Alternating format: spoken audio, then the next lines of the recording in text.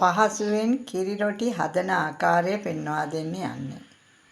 කිරි රොටි හැදීමට පළමුව හාල් පොගන්න දමා ගත යුතුයි. මේ මම හාල් හුඬු භාගයකටත් අඩු ප්‍රමාණයක් මේ පොගන්න දැම්මා. දැන් මේක පොඟල අවසానයි. මේක දැන් මම බෙන්ඩර් කරන්න දානවා.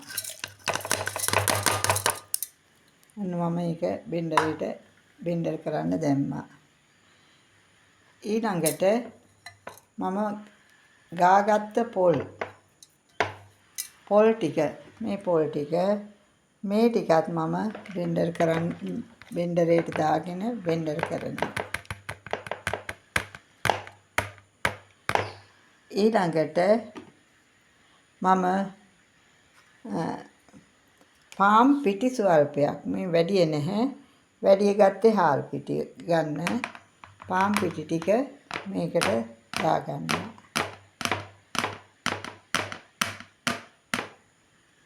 ඊළඟට මම මේකට පළමුව ලුණු ස්වල්පයකුත් දාගත්තා. ඊළඟට මම මෙන්න මේ පොල් ගෙඩියේ පොල් වතුර මේ පෙරලා මේකට දාගන්නවා. මොකද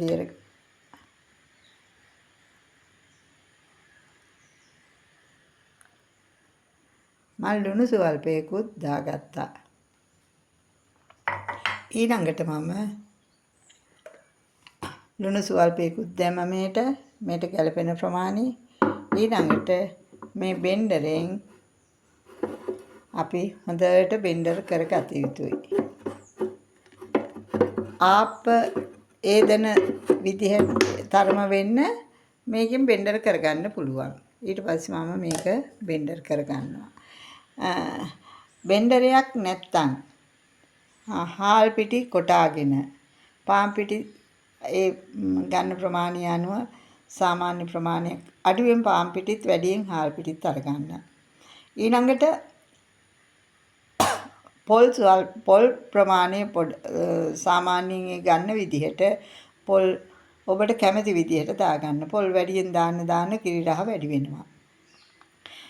එතකොට ඔබට බෙන්ඩරයක් නැත්තම් පොල් මිරික ගන්න. මිරිකගෙන වියරලා මිටි කිරි ටික ඒකට දාන්න.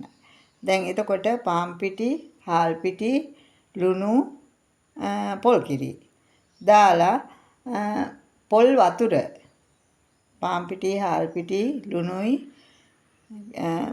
පොල් වතුරෙන් මේ කිරි මිරික ගන්න පුළුවන් නම් හොඳයි. මොකද ඒතර වදියර ගතිය අඩු වෙනවනේ. එතකොට ඔබ පොල් මේ එහෙම නැත්තම් පොල් මිරිකගෙන මිටි කිරි ටික අරගෙන ඊළඟට ඒක කලවම් කරගන්න. ලුණු ස්වල්පයක් දාලා ඒක කලවම් කරගෙන ඊළඟට පොල් වතුරෙන් ඒ මේ හදාගන්න. හාල් මේ ආප්ප දියර එනවා වගේ ආප්ප හදන්න අපි හදාගන්න මිශ්‍රණේ තියෙන්නේ. ඒ විදිහට ඒ ගානට දියාරුවට හදාගෙන ඊට පස්සේ පිපෙන්න තියන්න. පිපුණාට පස්සේ අර ආප්ප තෝසෙ වගේ කිරි රොටිය හදාගන්න පුළුවන්. මම බෙන්ඩර් එකක් තියෙන නිසා මේ සියල්ලම එකපාරට ඔක්කොම දාලා බෙන්ඩර් එකේ බෙන්ඩර් කරගත්තා. ඊට පස්සේ මේ බෙන්ඩර් කරගත්තාට පස්සේ මම පිපෙන්න තියෙනවා. පිපුණාට පස්සේ තමයි මම කිරි රොටිය හදන්නේ. දැන් ඔබට මම හදන හැටි කිව්වා, හදන හැටි පෙන්නුවා. ඊළඟට මම හදනකොට දැන් මේක පිපිලා ආවට පස්සේ ඒ කිරි රොටිය හදන හැටි පෙන්නලා දෙන්න. ඊළඟට හදන්න කිරි රොටිය හදා ගන්න ඕනේ.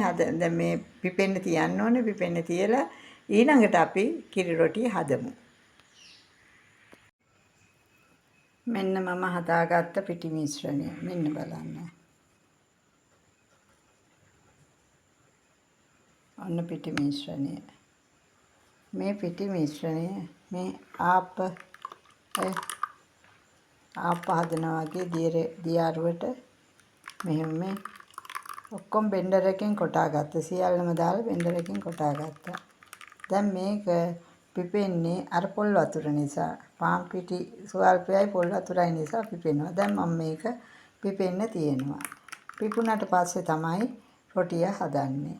ඒක තෝසේ රොටිය වගේ හොඳට එනවා. අපි පිපිලා ඊට පස්සේ පිපිලා හදලා පරිප්පු මිරිසට හදලා පරිප්පු හොද්දක් හදලා ඒකත් එක්ක කෑමට ගන්නවා. එතකොට ගොඩාක් රසයි. ඊළඟට අපි බලමු මේ පිපිලා හදන හැටි. මෙන්න මම හදාගත්ත කිරි රොටිය.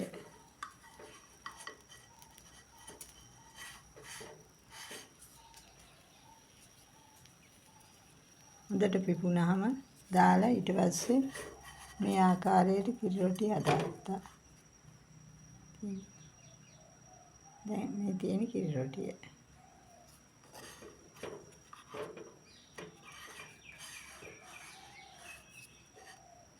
මේ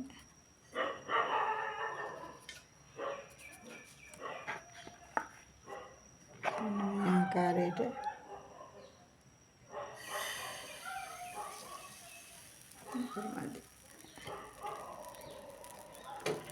අපිට පේන්නේ නැති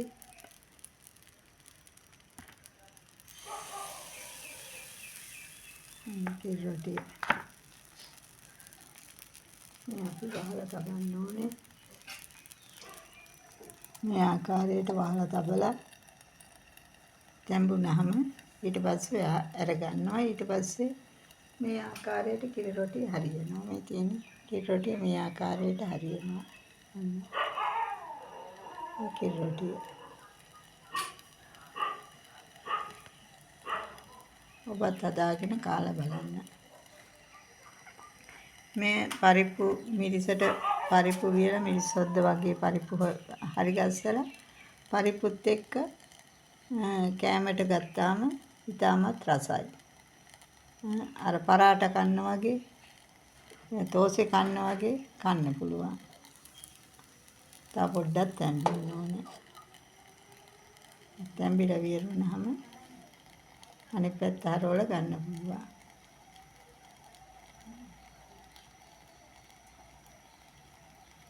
ඉතා පහසුයි, ලේසියි. දැන් හොඳට තැම්බිලා. මේ තියෙන්නේ.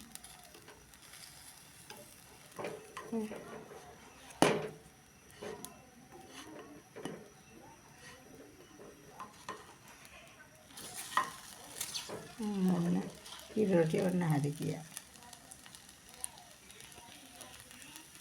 එහෙනම් ඔබත් හදාගෙන ගන්න.